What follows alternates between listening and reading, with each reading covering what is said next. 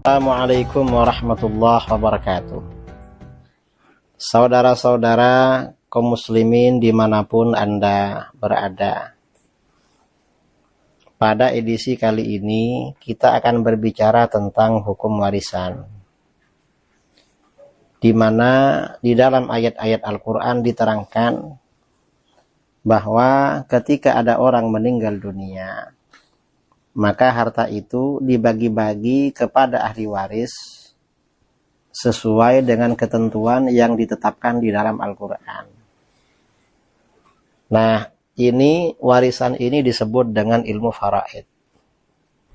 Dan tidak boleh warisan itu dibagi-bagi tidak sesuai dengan ilmu faraid, tidak sesuai dengan ketentuan Allah. Itu hukumnya haram. Karenanya umat Islam itu fardu kifayah. Harus ada yang ahli ilmu faraid. Dan hukum agama ini memang hukum yang paling bagus. Ini ada kisah ya tentang warisan. Pada sekitar 40 tahun yang lalu, atau lebih, ketika Presiden Amerika itu Richard Nixon. Richard Nixon ini punya rencana menyampaikan ceramah di hadapan para pemimpin muslim.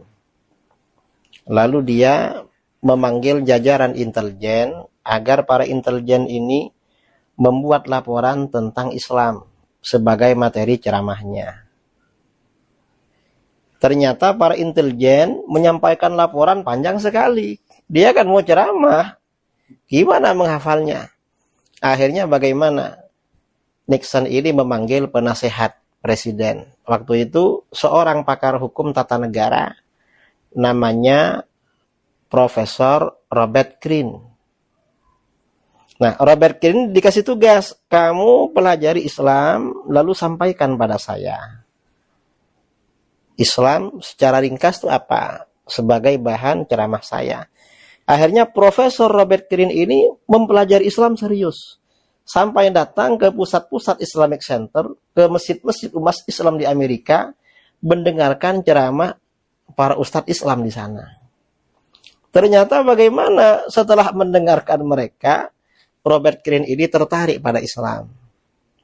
Dia menyampaikan kepada Presiden Nixon, saya masuk Islam, Prof, katanya. Saya masuk Islam. Akhirnya Robert Greene ini masuk Islam. Mengapa dia masuk Islam? Dia masuk Islam ini katanya di dalam hukum Amerika tidak ada yang namanya keadilan. Ternyata keadilan itu ada dalam Islam. Nah, karena simbol keadilan dalam Islam itu Sayyidina Umar Al-Faruq, maka Richard Nixon, Robert Greene ini mengganti namanya Faruq. Pak Umar Faruq atau siapa gitu, saya lupa ya. Beliau meninggal pada masa-masa corona 2 tahun lalu. Nah, habis itu ada seminar internasional di Amerika. Ada seorang pakar hukum, profesor Yahudi, pakar hukum. Dia sangat anti-Islam, berapi-api. Provokasinya yang anti-Islam, benci pada Islam. Selesai ceramah, Profesor Yahudi dipanggil oleh Robert Greene. Kamu ini nggak suka sama Islam? Iya, Prof, katanya. Saya mau tanya sama kamu. Kamu ini kan pakar hukum. Nah, dalam undang-undang Amerika, hukum warisan itu ada berapa buku?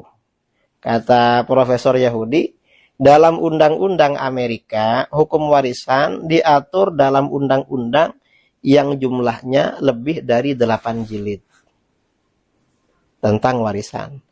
Lalu kata Robert Greene, kalau kamu saya kasih rumusan tentang warisan. Sebenarnya rumusan tentang warisan itu tidak lebih dari 10 baris.